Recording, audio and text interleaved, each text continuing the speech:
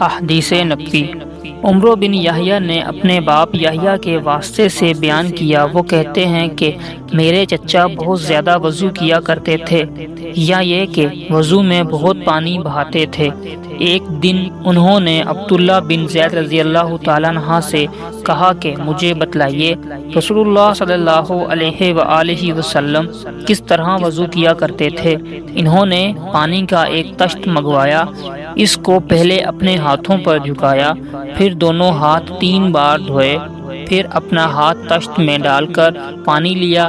اور ایک چلو سے کلی کی اور 3 مرتبہ ناک صاف کی، پھر اپنے ہاتھ سے ایک چلو پانی لیا اور 3 بار اپنا چہرہ دھویا، پھر کونیوں تک اپنے دونوں ہاتھ 2 بار دھوئے،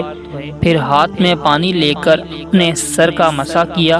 تو پہلے اپنے ہاتھ پیچھے لے گئے، پھر آگے کی طرف لائے،